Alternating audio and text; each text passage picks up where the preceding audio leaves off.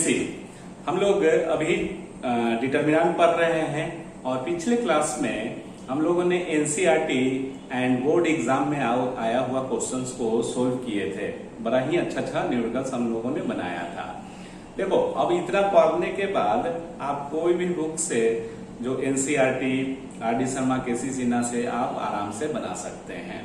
IIT वाला question बनाने के लिए कुछ अभी और जो थ्योरी बचा हुआ है, प्रॉपर्टीज है, उसको हम लोग पढ़ लेंगे तो आईआईटी का भी क्वेश्चन आराम से बनने लगेगा। आईआईटी का क्वेश्चन अभी भी बनेगा, लेकिन कुछ क्वेश्चन में फंस सकते हैं जो अभी थ्योरी हम लोग नहीं डिस्कस किए हैं। ठीक है, तो कुछ जो प्रॉपर्टीज बचा हुआ है डिटर्मिनेंट का, उसको हम लोग डिस्कस करते हैं। ये प्रॉपर्टीज जनरली बोर्ड के जो क्वेश्चन होता है उसमें बहुत ज्यादा अप्लीकेबल नहीं होगा। ठीक है, बहुत ज्यादा इस पे प्रॉब्लम बोर्ड एग्जाम में नहीं पूछा हुआ है। ठीक है, लेकिन फिर भी हम लोग पढ़ लेते हैं कि कब अगर क्या देगा नहीं देगा ये कहना बड़ा मुश्किल है। ठीक है, और आपके लिए खुशखबरी है, सिलेबस आपको उस सीबीएसई के वेबसाइट पे आ गया है, सिलेबस कम कर दिया गया है। ठीक है, मतलब 25% के आसपास में सिलेबस को रिड्यूस किया गया है। सिलेबस इस चैप्टर को कोई घटाया नहीं है, सिलेबस जो टॉपिक वाइज है उसको कम किया है। ठीक है,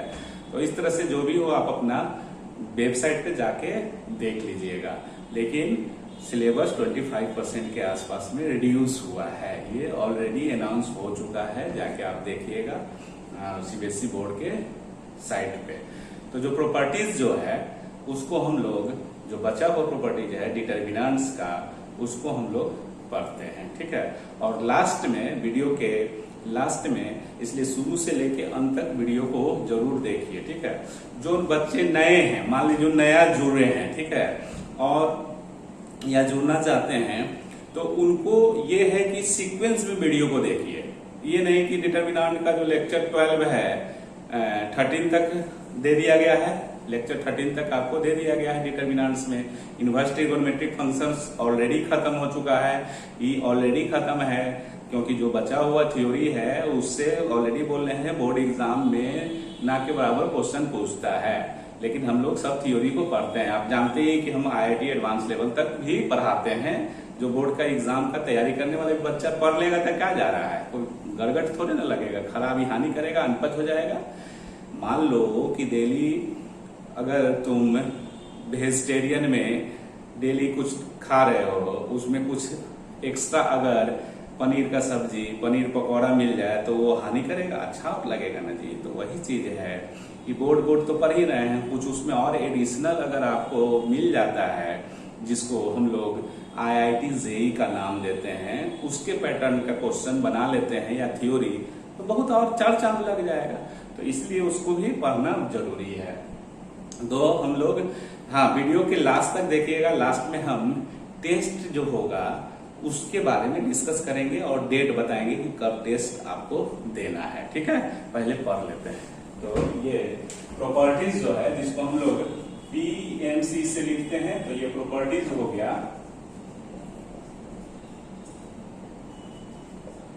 प्रॉपर्टीज। ठीक है, ये प्रॉपर्टीज, पहले प्रॉपर्टीज लिख देते हैं और उसके बाद समझाएंगे। तो ये क्या कर रहा है कि इफ डेल्टा, क्योंकि जानते हैं कि डिटर्मिनेंट को जो सिंबल यूज करते हैं, ये भी एक सिंबल यूज कर सकते हैं। If delta be the determinant of N order n and delta dash be the determinant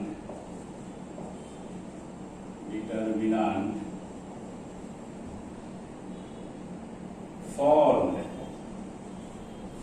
by the cofactor of elements in determinant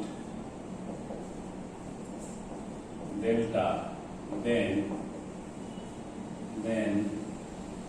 delta dash is equal to delta n minus 1, n minus 1।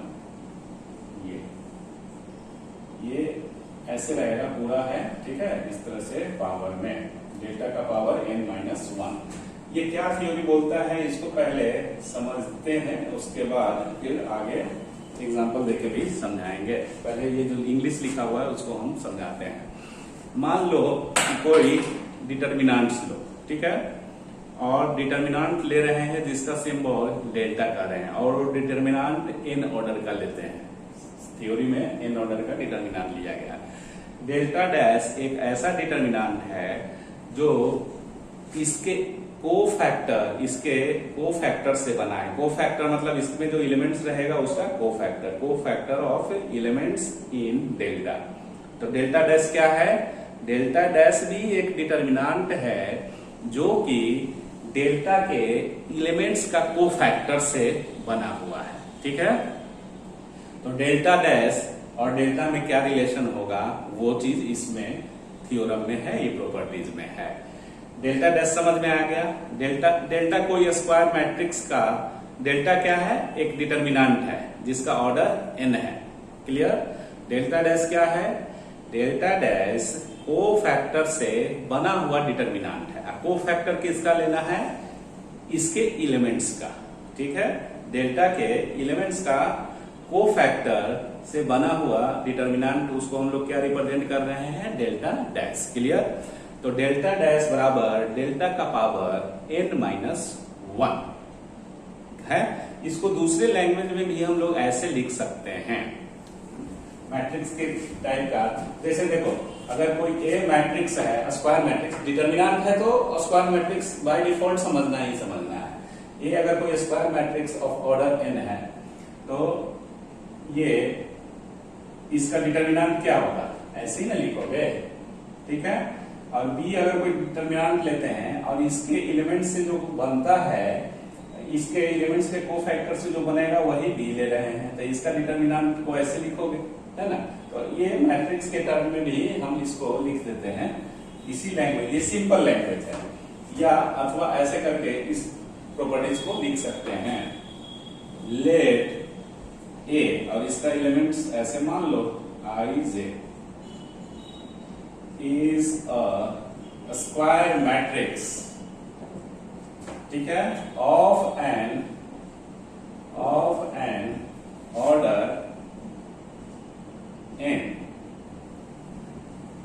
and B is a square matrix of, matrix है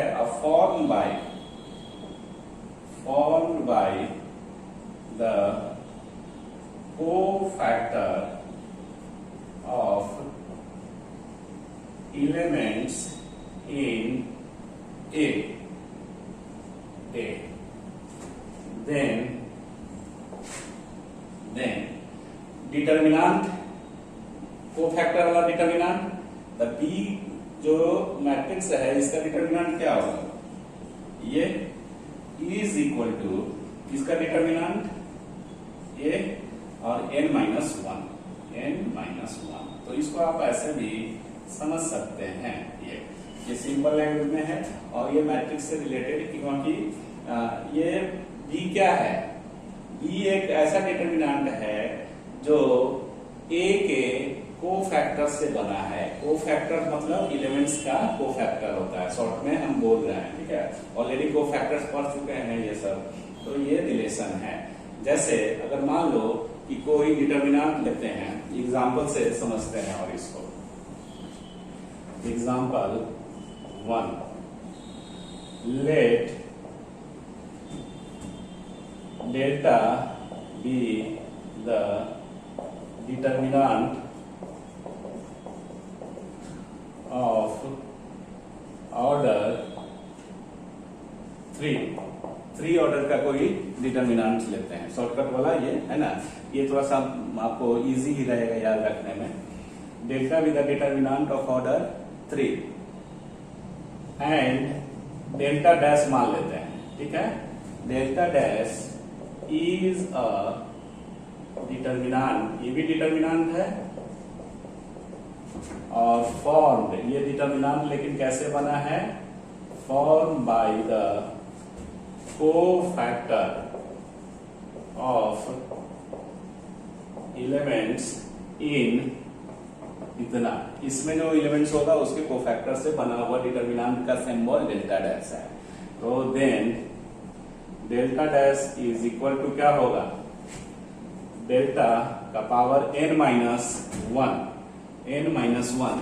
ये अगर ठीक से नहीं दिख रहा है तो इसको ऐसे लिखो, ये ऐसे ब्रैकेट ऐसे थोड़ा सा, क्योंकि ऑनलाइन में थोड़ा सा ये होगा। तो n मतलब 3 माइनस 1, तो और delta dash is equal to delta का स्क्वायर, ये ऐसा रिलेशन आएगा। अगर मान लीजिए कि डेल्टा का वैल्यू 25 है तो डेल्टा डैश बराबर 625 होगा। समझ में आ रहा है ना? जैसे इसको ये थ्योरी है, तो अगर दूसरा एग्जांपल इसी थ्योरी से अगर ऐसे हम लिखते हैं, एग्जांपल दूसरा, if the value of determinant of order 3 is 25, then find the value of determinant formed by the cofactor of elements in given determinant। ये तो कहने का मतलब ये है कि जो गिवन डिटर्मिनेंट है उसका वैल्यू 25 है। The value of determinant of order is इतना। तो एक ऐसा डिटर्मिनेंट निकालना है, वैल्यू ऑफ डिटर्मिनेंट, जो कि कोफैक्टर से बना हुआ है। कोफैक्टर किस एलिमेंट से ना कोफैक्टर होगा, और वो एलिमेंट्स किसका लेना है, ये जो डिटर्मिनेंट्स दिए हुए हैं उसका। तो नया वाला डिटर्मिनेंट्स का वैल्यू क्या होगा जो कोफैक्टर से, मान लेते हैं कि ये डेल्टा, ये क्या है डेल्टा डैश, ये कोफैक्टर से बना हुआ डिटर्मिनेंट है, कोफैक्टर वाला डिटर्मिनेंट है, ठीक है। कोफैक्टर वाला डिटर्मिनेंट इज इक्वल टू जो डिटर्मिनेंट है वो और उसका ऑर्डर n-1, ठीक है। तो और डेल्टा डैश इज डेल्टा का वैल्यू क्या है 25 और इसका power n-1, n order 3 minus 1, तो इसलिए डेल्टा डैश बराबर 25 का होल स्क्वायर बराबर 625। ये आंसर हो गया। ये ऑब्जेक्टिव में आ सकता है, इस टाइप का क्वेश्चन है ना। तो नए टाइप का है ये। तो ये बिल्कुल क्लियर हुआ कि नहीं हुआ, फिर से एक बार हम इसको हल्का फिर से रिपीट करते हैं कि ताकि आपको देंगे वो सब बच्चा को रहता है ऑनलाइन में डिस्कस कैसे करेंगे। अरे ऐसे भी क्लासरूम में कितना आप डिस्कस करते थे, कितना इतना अच्छा से आपको बताते थे कि आपको डाउट्स ही नहीं होता था। एक आध बच्चा ऑफिस में आके डिस्कस करता था, जिसको किसी को जो 1-2 को क्लास बंक किया होगा उसी को ऐसा प्रॉब्लम कभी कभी में भी आता होगा, है ना। तो इसलिए हम इतनी बार में उसको समझाते हैं, इतने आराम से इतने अच्छे से समझाते हैं कि डाउट्स का कोई प्रश्न ही नहीं होता है, क्वेश्चन मार्क ही नहीं है। अगर बहुत ज्यादा किसी को डाउट्स का आने लगे तो समझिए कि उसी पे डाउट हो, है ना। तो वो चीज है, तो इसलिए इसको फिर से रिपीट कर देते हैं कि ताकि बच्चा खुचा हुआ भी जो कोई स्टूडेंट है जिसको थोड़ा लैंग्वेज में प्रॉब्लम होगा या समझने में दिक्कत हो रहा होगा तो उसको भी समझ में एकदम बिल्कुल आएगा। ऐसे तो ऑनलाइन में कितना फायदा है कि एक ही वीडियो को आप रिवाइंड फॉरवर्ड करके देख सकते हैं, जहां नहीं समझ में आया फिर पीछे करके फिर देख लिए, फिर सुन लिए कि सर क्या बोल रहे हैं, है ना। बहुत बेनिफिट है इससे। इसको थ्योरी को फिर समझाते हैं। एक डिटर्मिनेंट लो जिसका ऑर्डर मान लो n है, ठीक है। एक डिटर्मिनेंट लो जिसका ऑर्डर मान लो n है उसको हम डेल्टा से डिनोट कर रहे हैं। ठीक है, एक ऐसा डिटर्मिनेंट लीजिए जिसका जो फॉर्मेशन है हो रहा है, ठीक है, वो जो गिवन डिटर्मिनेंट डेल्टा है उसके कोफैक्टर से बना हुआ है। ठीक है, तो ये डेल्टा डैश, इसको डेल्टा डैश से डिनोट करते हैं, जो कोफैक्टर से बना हुआ डिटर्मिनेंट है, जो यहाँ हम लिखेंगे कोफैक्टर वाला डिटर्मिनेंट। तो डेल्टा डैश और डेल्टा में क्या रिलेशन होगा, तो डेल्टा डैश जो कोफैक्टर से बना हुआ है, जो डिटर्मिनेंट दिए हुए है डेल्टा, उसके कोफैक्टर से बना हुआ डिटर्मिनेंट को हम लोग डेल्टा डैश बोल रहे हैं। तो delta dash is equal to delta जो गिवन डिटर्मिनेंट है उसका power n-1, where n is order of determinant delta, क्योंकि डेल्टा ही दिए हुए है। डेल्टा डैश तो बाद में ना आया, कोफैक्टर से बना हुआ डिटर्मिनेंट। ठीक है, तो यहाँ पे अगर नहीं लिखा हुआ है तो यहाँ लिख लीजिए, n तो यहाँ ऐसे ही लिख दिया गया था, ऑर्डर n है, फिर भी यहाँ भी लिख लीजिए वेयर n बराबर ऑर्डर ऑफ डिटर्मिनेंट डेल्टा, जो डिटर्मिनेंट डेल्टा है उसका ऑर्डर है, मतलब जो डिटर्मिनेंट है उसी का ऑर्डर n है। ठीक है, तो इस तरह से, हालांकि डेल्टा और डेल्टा डैश का ऑर्डर सेम ही होगा, है ना, ऑर्डर थोड़ी ना, कोफैक्टर से बना हुआ डिटर्मिनेंट जो होगा उसका भी ऑर्डर, जो कोफैक्टर जिस डिटर्मिनेंट का ले रहे हैं, तो ऑर्डर दोनों का, इसका भी और इसका ऑर्डर भी सेम ही होगा।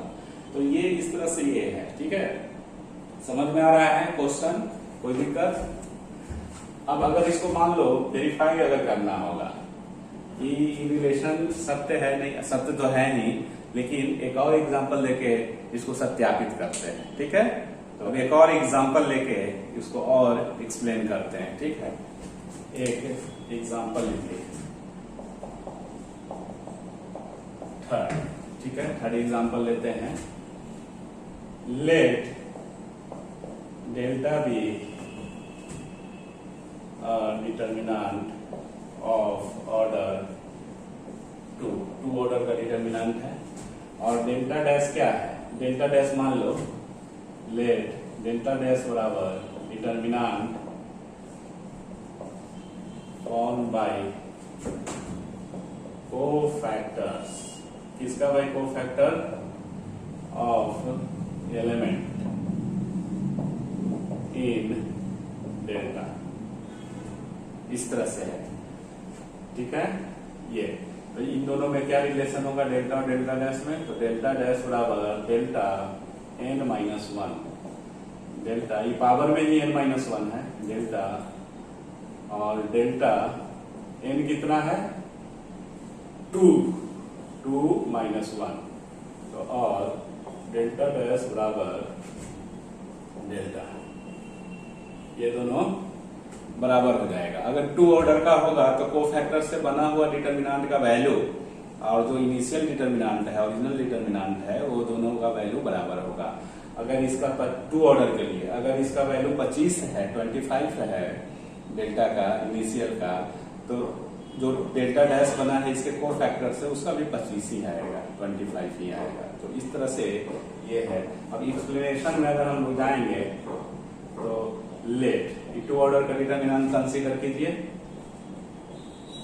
ठीक है, A11, A12, 21, 22, क्लियर? तो इसको इवेल्युएट कर लो, इसको इवेल्युएट कर लो, तो डेल्टा का वैल्यू क्या होगा, ये मल्टीप्लाई जैसे निकालते हैं 2 ऑर्डर का, ये डेल्टा का वैल्यू हुआ। और डेल्टा डैश क्या है, डेल्टा डैश कोफैक्टर वाला डिटर्मिनेंट है, कोफैक्टर वाला डिटर्मिनेंट, ये डिटर्मिनेंट जो है कोफैक्टर से बना हुआ है, तो डेल्टा डैश, तो डेल्टा डैश इसके कोफैक्टर से बना हुआ है, तो इसके कोफैक्टर, इस एलिमेंट्स का कोफैक्टर इस एलिमेंट्स का, इस एलिमेंट्स का लिखते हैं।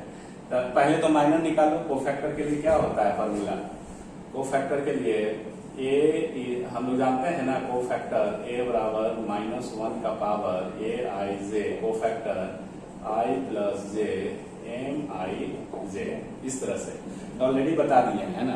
तो माइनर पहले निकाल लीजिए। इसका माइनर क्या होगा, A11 का A22, A22, इसका माइनर A21, ठीक है। और इसका माइनर 21 का माइनर क्या हो जाएगा, ऐसे और ऐसे A12, और इसका A11, ठीक है। ये माइनर हो गया। को फैक्टर के लिए -1 का पावर I प्लस जे, तो ये इसका हम लोग निकाल रहे हैं, तो ये तो माइनर हुआ। और इसका को फैक्टर में -1 वाला ये फैक्टर से गुना कर दो, तो -1 का पावर 1 + 1 2, 1 + 1 2, तो इसके आगे प्लस साइन होगा, तो ये ऑलरेडी है। ये इसके आगे 2 + 1 3, तो इसके आगे ये को फैक्टर हो गया, माइनस से मल्टीप्लाई कर दिए। 2 1, इसके भी आगे ये आएगा माइनस, ठीक है। और 2 2, 2 + 2 4, तो -1 का पावर 4 पॉजिटिव का को फैक्टर और माइनर बराबर होगा इसके लिए, इस एलिमेंट्स के लिए और इस एलिमेंट्स के लिए। अब इसको सिंप्लीफाई कीजिए, क्या आता है, इसको गुना कीजिए, तो ये 1 1 2 2, ये 1 1 2 2, माइनस माइनस माइनस प्लस, तो 1 2 2 1, तो और delta dash is equal to delta, क्योंकि डेल्टा के वैल्यू यही था। तो इस केस में 2 ऑर्डर में आ रहा है ना, बाय प्रॉपर्टीज भी गए, तो हम लोग डेल्टा डैश बराबर डेल्टा, इसको एक्सप्लेन किए, तो कैसे बराबर हो रहा है ये देख लिए, है ना। तो ये थ्योरी था कि को फैक्टर से बनता है। 3 ऑर्डर का डिटर्मिनेंट लोगे तो 3 ऑर्डर का यहाँ को फैक्टर निकालना पड़ेगा, और रिलेशन 3 ऑर्डर वाला में क्या आएगा, डेल्टा का स्क्वायर आ जाएगा, जो कि इससे पहले एक्सप्लेन किए थे। तो ये आपका प्रॉपर्टीज जो था ये खत्म हो गया। इसको कॉपी कीजिए, स्क्रीनशॉट लीजिए जो भी हो, ठीक है। अब इस प्रॉब्लम को सोल्व करते हैं, ठीक है। इसपे ये बहुत इंपॉर्टेंट प्रॉब्लम है, और इसको हो सके तो ऑब्जेक्टिव क्वेश्चन के लिए इतना बराबर इतना ये याद रखना है। क्यों याद रखने में फायदा होगा, हम लोग कुछ न्यूमेरिकल्स और आगे भी देखेंगे, तो आपको पता चलेगा कि इस प्रॉब्लम का क्या इंपॉर्टेंस है, ठीक है। तो ये क्या है, किस तरह से, ABC BCA CAB is equal to minus A + B + C, A² + B² + C² - AB - BC - CA, ये प्रूफ करने के लिए आया हुआ है, ठीक है। तो इसको हम लोग बनाते हैं सॉल्यूशन। इस डेल्टा को LHS, delta is equal to, इसको मान लेते हैं डेल्टा, तो इसका ABC, इसको कैसे क्या करोगे, क्या अप्लाई करोगे कि जिससे कॉमन फैक्टर को उससे बाहर आ जाए। तो अगर इसको हम ऐड करते हैं तीनों को, R1 की जगह पे R1 + R2 + R3, तो A + B + C, A + B + C, इस तरह से इस सब सिमेट्री, ये A + B + C होगा जो कि बाहर आ जाएगा। तो अप्लाइंग, आप C1 + C2 + C3 भी करेंगे तो वही रिजल्ट आएगा। तो अप्लाइंग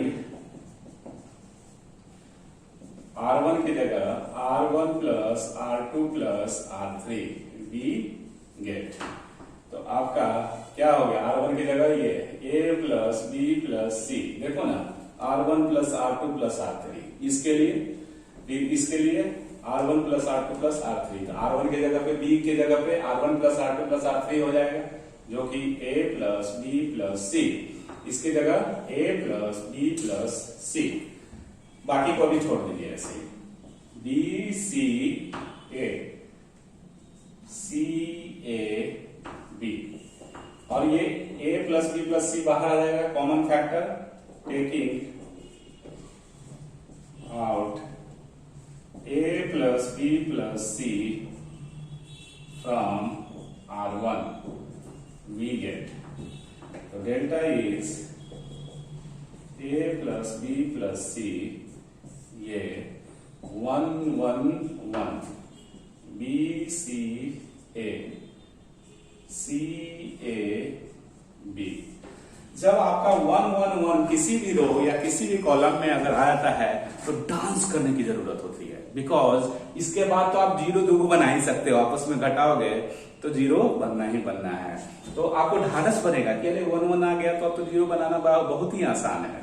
तो इसको ऐसे सोल्व करते हैं। अब क्या करेंगे, किसी एक रो को, अब जीरो कैसे होगा? ऐसे ऐसे घटेगा तो जीरो तो होगा नहीं, रो वाइज तो नहीं अब चलेगा काम, अब कॉलम वाइज, क्योंकि कॉलम वाइज घटेगा तभी 1 माइनस 1 जीरो होगा, 1 माइनस 1 जीरो होगा। तो किसी एक को क्या करो कि अनचेंज रखो, बाकी दो को, क्योंकि 3 ऑर्डर में एक को किसी को अनचेंज रखना होगा, किसी भी रो या किसी भी कॉलम को। तो यहां पे क्या कीजिए कि मान लीजिए कि इसको हम अनचेंज रखते हैं, अनचेंज्ड, ठीक है। तो अनचेंज्ड रखते हैं, बाकी को चेंज कर देते हैं। तो क्या अप्लाई कर सकते हैं यहां पे, बताइए, बोलिए। अप्लाइंग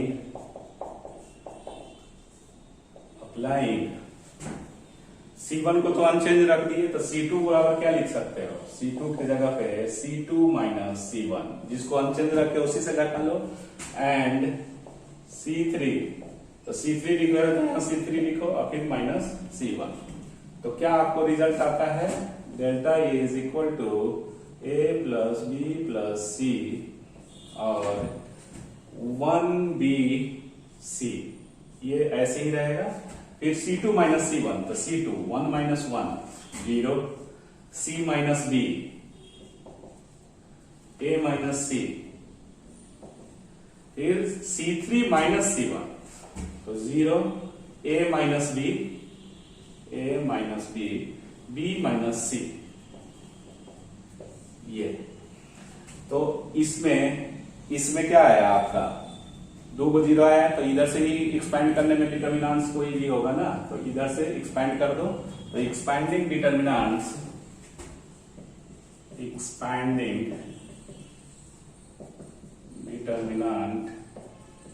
along R1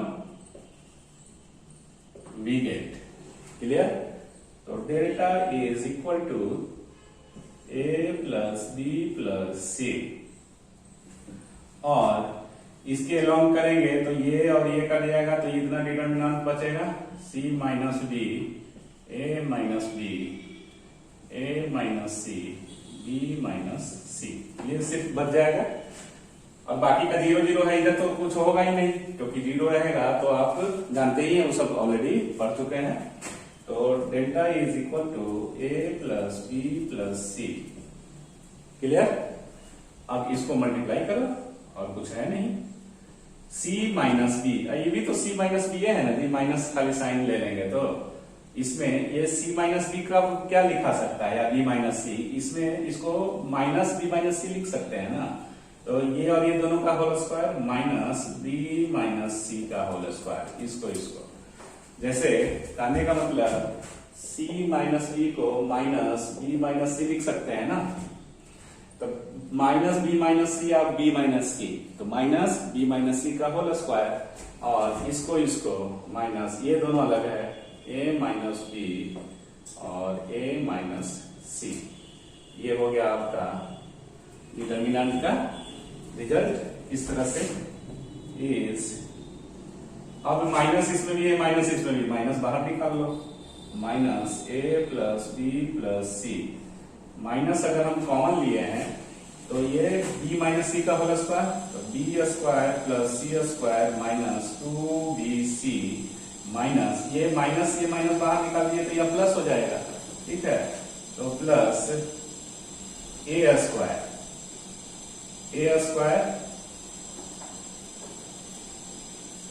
और AC minus AB minus plus BC, ये ठीक है। और डेल्टा is equal to minus A plus B plus C। अब ये देखिए A square plus B square plus C square, A square plus B square plus C square, अब minus 2BC, अब प्लस BC, तो माइनस BC, तो minus AB minus BC minus CA आ गया ना, minus AB minus BC minus CA, ये prove हो गया, ठीक है। ये minus A plus B plus C A square plus B square plus C square minus A B minus B C minus C A, यही आपको प्रूव करना था। तो ये इस टाइप का प्रॉब्लम बहुत बार आपको एग्जाम में दूसरे दूसरे पैटर्न करके पूछा हुआ है। तो ये आप कोशिश कीजिए ऑब्जेक्टिव के लिए कि इसका रिजल्ट इतना होता है। अब ये जो क्वेश्चन है इसको दूसरे ढंग से भी पूछा जा सकता है, वो हम बताते हैं कि दूसरे ढंग से कैसे पूछा जा सकता है। तो इसको लिख लो। वो आज मौसम बड़ा बेईमान है, बड़ा बेईमान है आज मौसम, आने वाला कोई तूफान है, कोई तूफान है कोई आज मौसम। बड़ा ही मौसम सुहाना है, इसमें पढ़ने और पढ़ाने में बड़ा मजा आता है। ठीक है, तो आप लोग भी अपने अपने जगह पे मौसम का आनंद लीजिए और वीडियो लेक्चर को बड़े आराम से पढ़िए। ठीक है, अब इस प्रॉब्लम का जो दूसरा पैटर्न है उसको हम लोग डील करते हैं कि इस टाइप का प्रॉब्लम और कैसे पूछा जा सकता है। सिर्फ ये प्रॉब्लम कितनी तरह से और कितनी बार पूछा गया है एग्जाम में, इसका मैं आकलन नहीं कर सकता हूं, इसलिए इसको याद रखना है। अब जैसे इसी प्रॉब्लम को ऐसे प्रूव करने के लिए देगा, प्रॉब्लम नंबर 2, प्रूव दैट, ये यही format A B C A C A B, ऐसे ये आराम से याद रख सकते हो। प्रूव दैट इतना is equal to -1/2 a plus B plus C और a माइनस बी का whole square b minus C का whole square plus c minus a का होल स्क्वायर। ये प्रूव करने के लिए अगर देता है तो आप इसको कैसे बनाएंगे? तो आपका देखिए LHS तो ये जो है वही है, LHS जो दोनों का तो सेम ही है ना, तो इतना से इतना तो आ जाएंगे, ये अभी प्रूफ किए हैं। ठीक है, ये तो मैंने अभी प्रूफ किया ना, हाँ, तो इतना से इतना तो आ ही ना जाएंगे। तो आपको इस प्रॉब्लम, मान लो डायरेक्ट यही प्रॉब्लम आता है, ये वाला। ठीक है, ये आ चुका भी है बोर्ड एग्जाम में, तो लेकिन पैटर्न उसका दूसरे टाइप का है, वो भी लिख देंगे लैंग्वेज से। तो आप क्या कीजिएगा कि इस प्रॉब्लम को बनाने के दौरान आपको ये मिलेगा, इतना तक तो पहुंच सकते हैं, उसके बाद आगे क्या होगा वो देखते हैं। ठीक है, तो इसका सॉल्यूशन लिखिए। फ्रॉम प्रॉब्लम नंबर 1 बी है, हम लोग को क्या मिला, A B C B C A B is equal to minus A plus B plus C और A square plus B square plus C square minus A B minus B C minus C A, ये आपको मिल गया। अब इसको आगे बढ़ाते हैं, इस फॉर्मेट में लाते हैं। ठीक है, तो इज इक्वल टू, मतलब इसको आगे बढ़ाते हैं क्योंकि ये प्रूफ करना है। अब इसको देखो, minus A plus B plus, अब ये कैसे आया, तो ये प्रॉब्लम नंबर 1 से जो कि अभी जस्ट सोल्व किए थे। तो ए प्लस बी प्लस सी और इसमें 2 से मल्टीप्लाई करो, क्योंकि ये फॉर्मेट में लाने के लिए ऐसे करना पड़ेगा। ये थोड़ा याद रखना है, इतना बराबर इतना होता है, ये आपको फॉर्मूला याद रखना है। तो इसमें 2 से मल्टीप्लाई कर दीजिए, तो 2 से मल्टीप्लाई करेंगे तो ऐसे दिखेगा 2ab minus 2bc minus 2ca।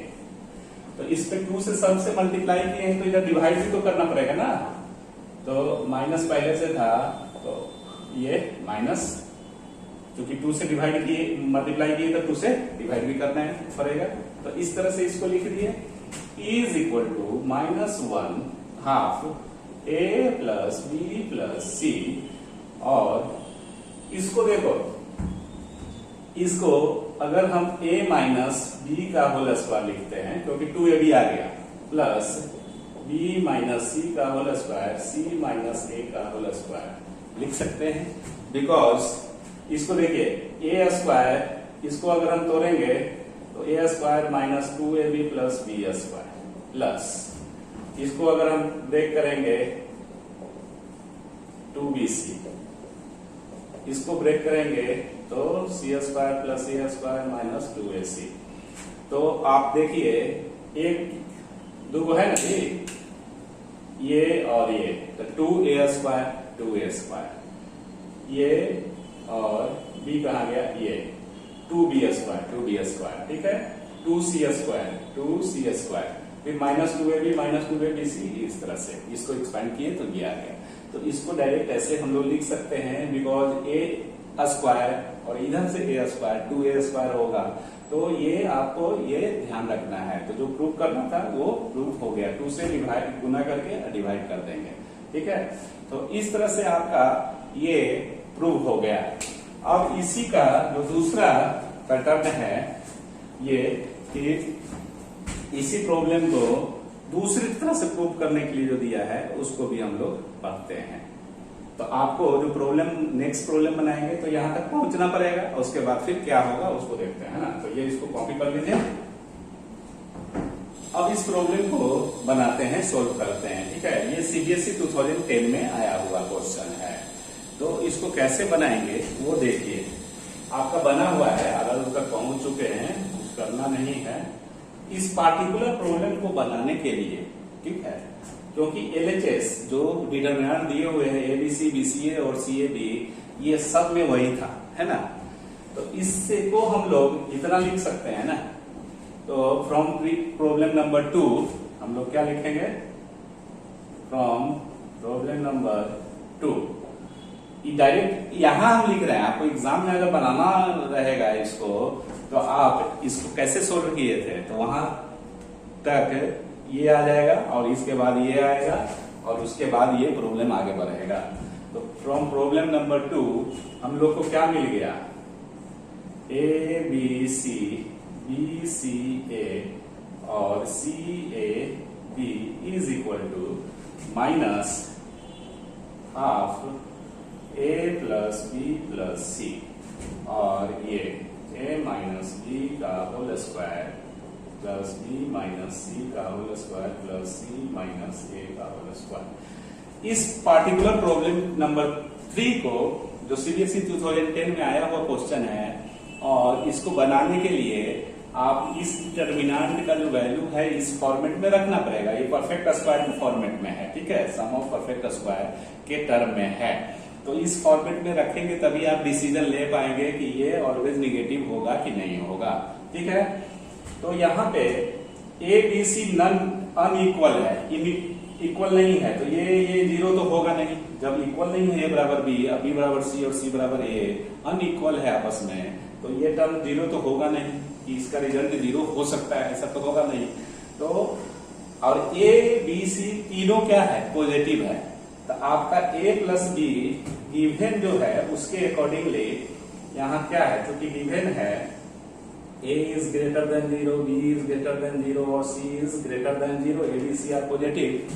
तो therefore a plus b plus c must be positive होगा। जब ये तीनों नंबर पॉजिटिव है तो पॉजिटिव का एडिशन पॉजिटिव ना होगा, ठीक है। और ये पॉजिटिव है, a माइनस बी और a माइनस बी का whole square perfect square greater than 0, equal to 0 तो होगा नहीं, because a minus B equal नहीं है, a और b भी इक्वल नहीं है। फिर सिमिलरली b माइनस सी ग्रेटर देन 0 और c माइनस यहाँ पे c माइनस a ये भी ग्रेटर देन 0 है। तो आपका क्या हो गया, ये वाला जो टर्म हो गया, ये जो टर्म हो गया ये पॉजिटिव हो गया, ठीक है, और ये पूरा पॉजिटिव हो गया, ठीक है। तो पॉजिटिव का गुना पॉजिटिव से, पॉजिटिव और हाफ भी पॉजिटिव है लेकिन माइनस है, तो ये हाफ क्या हो गया, यहाँ हाफ जो है ये भी पॉजिटिव है, ये भी पॉजिटिव है। तो positive positive positive total positive, लेकिन माइनस साइन होने के कारण ये क्या होगा, इसका रिजल्ट ऑलवेज निगेटिव होगा अंडर दिस सिचुएशन, ठीक है। अगर ए बी सी बोलता है कि पॉजिटिव और इक्वल हो सकता है बेबी, तो इसका रिजल्ट जीरो भी हो सकता था, क्योंकि ए बराबर बी अगर करेंगे तो ये जीरो जीरो जीरो हो जाता है, अगर तीनों आपस में इक्वल होता तो।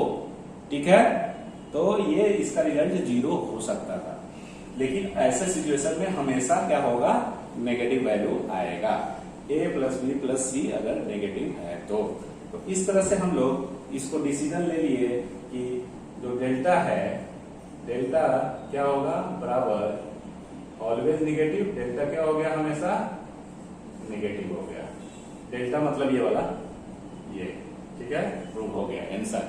समझ में आया? कोई ये नहीं है, ऐसे बना के यहां तक पहुंच जाएंगे। A plus B plus C under this situation positive होगा, और ये परफेक्ट स्क्वायर है तो ये भी पूरा ओवरऑल पॉजिटिव होगा, तो positive into positive, positive half भी पॉजिटिव है तो पॉजिटिव, और माइनस होने के कारण ओवरऑल डिटर्मिनेंट का वैल्यू निगेटिव ही हमेशा आएगा अंडर दिस सिचुएशन।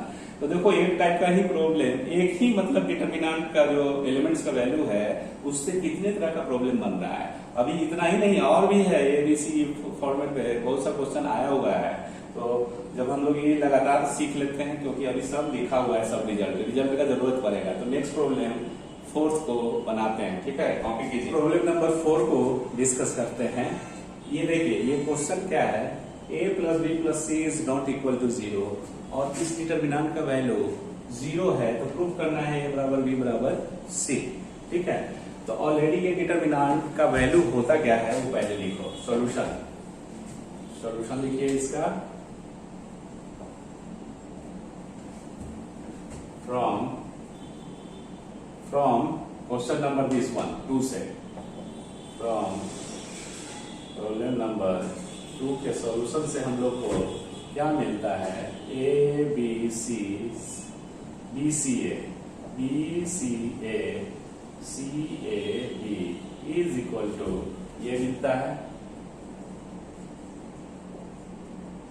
इस प्रॉब्लम पार्टिकुलर प्रॉब्लम को बनाना होगा तो शुरू से लेके बनाना पड़ेगा। तो ये और ये इसका result a minus B plus B minus C का whole square, C minus A का होल स्क्वायर, ये आ रहा है। ठीक है, अब इतना बराबर 0 दिए हुए हैं, इतना का रिजल्ट 0 है, तो और minus half a plus B plus C और a माइनस बी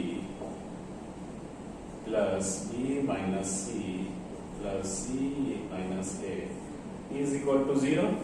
इतना बराबर ये इसका वैल्यू, डिटर्मिनेंट का वैल्यू क्वेश्चन में 0 दिए हुए हैं, तो इतना बराबर 0 होगा, तो ये 0 इधर लिखे हैं। अब चूंकि a प्लस, अब देखो प्रोडक्ट है, जब दो संख्या x और y अगर 0 रहता है, इधर देखिए अगर हम समझाने का कोशिश करते हैं कि x y बराबर अगर 0 है तो आइदर x बराबर 0 होगा या y बराबर 0 होगा, तो ये रिजल्ट 0 होगा। बट यहाँ पे a plus B plus C बराबर 0 नहीं दिए हुए हैं, तो इसका मतलब है कि इसका वैल्यू जो होगा ये मस्ट बी इक्वल टू 0 होगा। तो चूंकि a plus B plus C is not equal to 0, तो देयरफॉर a माइनस बी का whole square plus b minus C का whole square plus c minus a का होल स्क्वायर बराबर 0। तो ये इतना सम, ये परफेक्ट स्क्वायर है। ठीक है, तो परफेक्ट स्क्वायर कभी तो नेगेटिव नहीं होता है, तो ये कट के तो 0 नहीं होगा। तो इसका मतलब क्या है कि इंडिविजुअली a माइनस बी बराबर 0 होगा, b माइनस सी बराबर 0 होगा, c माइनस ए बराबर 0 होगा, तभी ना 0 प्लस 0 प्लस 0 बराबर 0, एक ही कंडीशन आएगा। तो इट मीन्स दैट a बराबर b बराबर c प्रूव हो गया। ये डायरेक्ट लिख दे रहे हैं, यहाँ मुंह बोल के समझा दे रहे हैं ना कि a माइनस बी का होल स्क्वायर बराबर 0, दैट इज a बराबर b, b माइनस सी का होल स्क्वायर बराबर 0, दैट इज b बराबर c, c माइनस a का होल स्क्वायर बराबर 0, दैट इज c बराबर a। तो a बराबर b बराबर c, और a माइनस b का होल स्क्वायर बराबर 0 क्यों होगा, क्योंकि अगर ये 0 नहीं होगा, ये 0 नहीं होगा, ये 0 नहीं होगा, तो RHS 0 कभी आएगा, क्योंकि ये तो पॉजिटिव नंबर है, तो पॉजिटिव का सम कभी 0 होता है नहीं ना। एक ही कंडीशन में ये 0 हो जाएगा RHS, जब a बराबर b, b बराबर c और c बराबर a होगा। तो ठीक है, मान लो कि a b का वैल्यू a बराबर b बराबर c बराबर 2 ले लेते हैं। 2 माइनस 2 0, 2 माइनस 2 0, 2 माइनस 2 0, तो 0 का स्क्वायर प्लस 0 नहीं होगा। तो ये एक ही कंडीशन में सेटिस्फाइड होगा जब a बराबर b बराबर c आएगा। तो क्लियर? तो देख रहे हैं एक ही पैटर्न का क्वेश्चन जो है, एक प्रॉब्लम आप अगर इसको किसी एक को बना लेते हैं तो ये समझिए कि ये सब आप आराम से बना सकते हैं। एक और प्रॉब्लम जो इसी डिटर्मिनेंट का यही वैल्यू है, मतलब एलिमेंट्स का, और वो दूसरे टाइप का क्वेश्चन अलजेब्रा से कोरिलेट किया है, तो उस प्रॉब्लम को भी बनाते हैं। ठीक है, क्योंकि अलजेब्रा से कोरिलेशन किया हुआ प्रॉब्लम है डिटर्मिनेंट का, तो वो देखते हैं कि क्या उसका रिजल्ट होता है और कैसे बनेगा। ठीक है, प्रॉब्लम नंबर 5 को डिस्कस करते हैं, है ना। ये क्या बोल रहा है कि ए बी सी ये क्यूबिक इक्वेशन जो है उसका ये रूट है। ए बी सी 3 रूट है, क्यूबिक इक्वेशन है, तो आपको इस डिटर्मिनेंट का वैल्यू 0 प्रूफ करना है।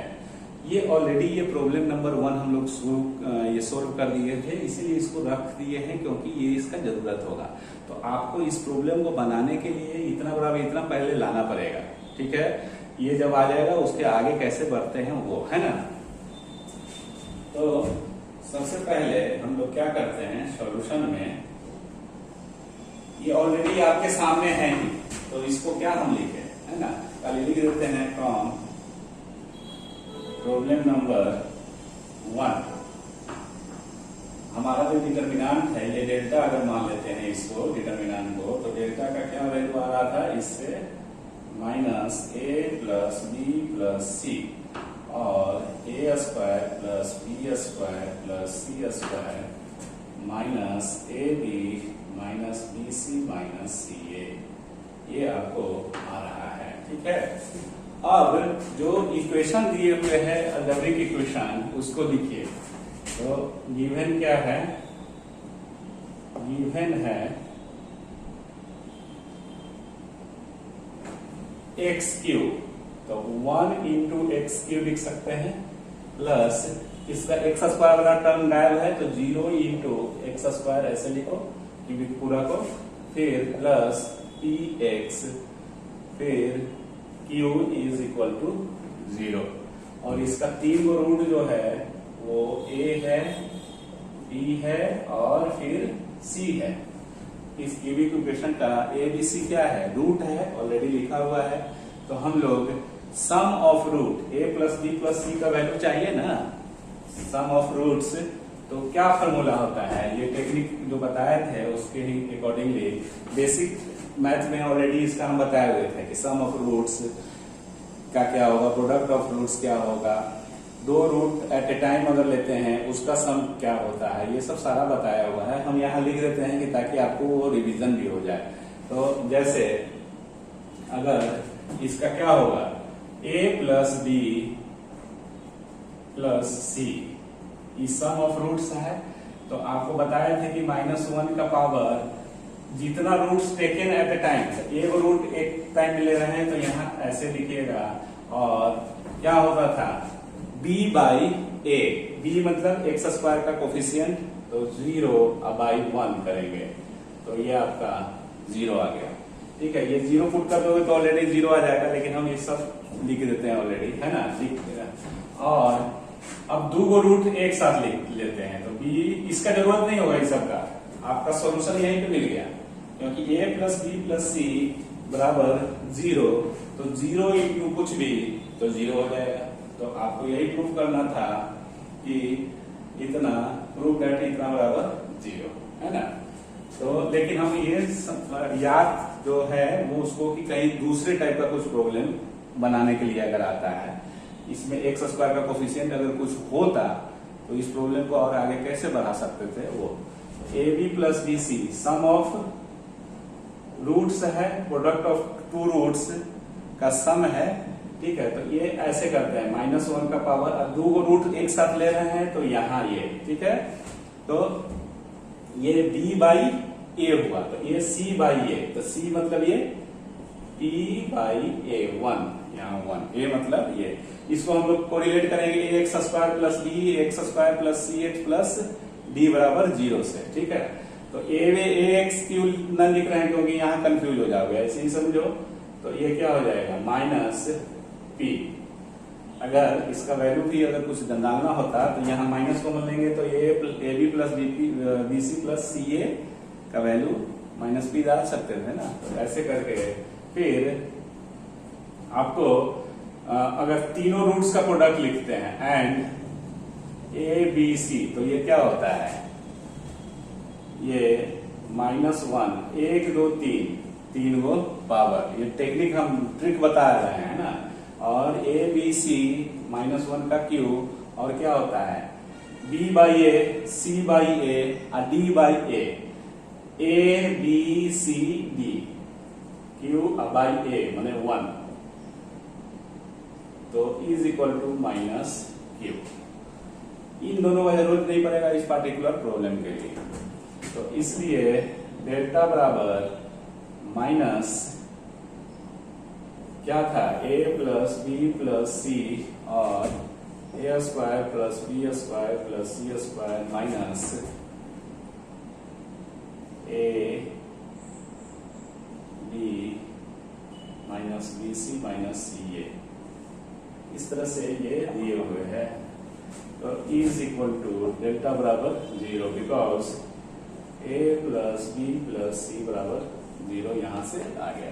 तो ये प्रूव हो गया, प्रूव हो गया ना इस तरह से। ये देखो ये इसलिए बता दिए हैं कि इसमें और भी हो सकता था कुछ। मान लो कि यहाँ पे 2 वैल्यू दे देता है, ये इक्वेशन ऐसे रहता है x cube plus 2x square plus P x plus Q बराबर 0। सपोज अगर ऐसा रहता तो आपका a प्लस बी प्लस सी तो 0 नहीं होता क्योंकि एक्स स्क्वायर का कोफिशियंट आ जाता है। इसमें एक्स स्क्वायर का कोफिशियंट 0 है, नहीं है एक्स स्क्वायर, तो इसलिए ये 0 हो गया। तो यहाँ a प्लस बी प्लस सी का कुछ संख्या होता, वैल्यू होता। अगर ये 2 रहता तो 2/1 2 होता, तो इसका वैल्यू 2 हो गया। क्लियर। और माइनस कॉमन लोगे तो A B plus B C plus C A का वैल्यू -t, तो ये माइनस और माइनस प्लस t हो जाता। आई तो पॉजिटिव है, ये है आई भी पॉजिटिव। तो कुछ इसमें भी प्रूव करने के लिए दे सकता था कि prove that this determinant is always negative या पॉजिटिव, है ना। कुछ ऐसा सेट करके तो आप इसी टेक्निक से बना सकते थे अगर रूट्स का क्वेश्चन रहा अलजेब्रा से रिलेटेड। तो ऐसे तो अभी जो क्वेश्चन दिया हुआ है एकदम बिल्कुल समझ में आया कि नहीं आया, कोई दिक्कत। क्या करना है कि इस प्रॉब्लम को सोल्व करने के लिए प्रॉब्लम को जैसे सोल्व किए हो वैसे बनाना है। क्योंकि ऑलरेडी सोल्व किए हैं तो ये क्यों लिखे, ये ऑलरेडी रिजल्ट प्रूव किए ना, तो इतना लिख दिए। अब इसके बाद क्या करते हैं कि जो गिवन है कि ये रूट्स है तो इसको ऐसे लिख दीजिए P A B C roots है 3 गो। तो सम ऑफ रूट्स क्या होता है, आप लोग याद किए हैं ना क्वाड्रेटिक का -b/a, लेकिन बाई क्वाड्रेटिक क्यूबिक ये सब जो भी क्यूबिक बाई क्वाड्रेटिक ये सब जो रहेगा इक्वेशन, तो उसको कैसे निकालने का जो टेक्निक है ये बता रहे हैं। अब ये टेक्निक अगर नहीं समझ में आ रहा है तो फिर से हम एक बार बता देते हैं। इसमें -1 बेस ले लेना। अब माइनस ये पावर 1 कैसे दे रहे हैं, ये -1 सब में रहेगा। ये पावर कैसे आ रहा है, एक रूट एक टाइम में लिए, एक टाइम में एक ही रूट है ना, तो इसलिए यहाँ 1 हो गया। और b/a जितना पावर रहेगा उससे कम वाला एक्स स्क्वायर का कोफिशियंट देखना। यहाँ एक्स स्क्वायर का कोफिशियंट बटा एक्स क्यूब का कोफिशियंट, ठीक है। अगर 4 का रहता x4 रहता तो यहाँ पे एक्स क्यूब का कोफिशियंट बटा x4 का कोफिशियंट लिखते। तो a plus B plus C plus D, अगर d तक रूट जाता तो -1 का पावर 1 ही रहता है इसमें। अच्छा, तीनों को वाला भी समझो। अब ये क्या है, 2 गो रूट्स एक साथ में गुना में है ना जी, तो 2 roots taken at a time, A B taken at a time है, इसलिए -1 का ये टेक्निक है। कहां से आया ये नहीं, टेक्निक का कोई ये नहीं रहता है, ट्रिक बता रहे हैं कि -1 बेस ले लेना, ये 1 2 3 पावर कैसे आ रहा है वो हम समझा रहे हैं। तो -1 का पावर 2, क्योंकि 2 गो हम लोग रूट्स को एक साथ ले रहे हैं, तो 2 गो रूट्स का कॉम्बिनेशन इतना ही बनेगा ना, A B plus B C plus C, है ना। तो ये इतना 2 और यहाँ b/a लिए तो यहाँ c/a होगा, ठीक है। a b c, c/a मतलब x का coefficient, a b c 3 roots taken at a time, तो -1 का 3 roots taken at a time, तो ये हो गया। और ये कांस्टेंट बटा ये जो प्रोडक्ट होता है। तो इस तरह से ये प्रॉब्लम आपका सोल्व हो गया। और ये टेक्निक भी बता दी है, रिवीजन जो शुरू से पढ़ रहे होंगे वो उनको हम लोग ऑलरेडी बेसिक मैथ में ये सब बताया हुआ है। ठीक है, तो आज तो हम लोग बहुते पढ़े और आपको मोबाइल ऐप में होमवर्क दिया हुआ है, उसको बनाइए, और जो नहीं बनेगा उसको हम लोग क्लासरूम में ही डिस्कस कर लेंगे, या जैसे भी जो भी माध्यम होगा उसके हिसाब से हम लोग डिस्कस कर लेंगे। एक जो था वो अनाउंसमेंट कि आपको पेपर जो टेस्ट है इनवर्स ट्रिगोनोमेट्रिक फंक्शन का जो टेस्ट होगा, जो मोबाइल ऐप के थ्रू जो हम लोग टेस्ट लेंगे, आज ऑलरेडी आपको वो वीडियो बना के दे दिया गया कि कैसे मोबाइल ऐप को स्मार्ट स्टूडेंट जो ऐप है उसको कैसे हम लोग यूज करते हैं, उसमें क्या क्या फीचर्स है वो आपको मोटा मोटी दिखा दिए थे, है ना। तो जो एग्जामिनेशन होगा, आप लोग से पूछे थे कमेंट्स में, तो एक आध दो स्टूडेंट, कुछ ही स्टूडेंट का मतलब लगता है आया था कि इस डेट को लीजिए एग्जाम। ठीक है, तो एक चांस और दे देते हैं, कमेंट्स बॉक्स में लिखो कि कब एग्जाम देना है ना। एग्जाम कब देना है, तैयारी आपको देना एग्जाम है। आप लोग ऐसे बैठे हुए रहते हैं जैसे ये भैंसिया बैठ के पगुराते रहती है ना, आव करके, तो ऐसे ही घर में जाके बैठ गए हो, है ना। अब लगता है कि मतलब शादियों ब्याह लगता है कर लिया है क्या, कि एकदम कुछ स्टूडेंट तो एकदम लपाता है, न प्रॉब्लम बना रहा है कि क्या कर रहा है नहीं कर रहा है, कुछ मतलब था पता है नहीं, है ना। खैर कोई बात नहीं है, जो पढ़ने वाले हैं वो पढ़ेंगे, आगे बढ़ते रहेंगे, उसमें कोई ये नहीं है। ना पढ़ने वाला तो अपना करेगा अपना, है ना, गोबर थापेगा। तो खैर कोई बात नहीं है। तो आज हम लोग बहुते पढ़े, आज के लिए इतना ही। थैंक यू, धन्यवाद, स्वस्थ रहिए।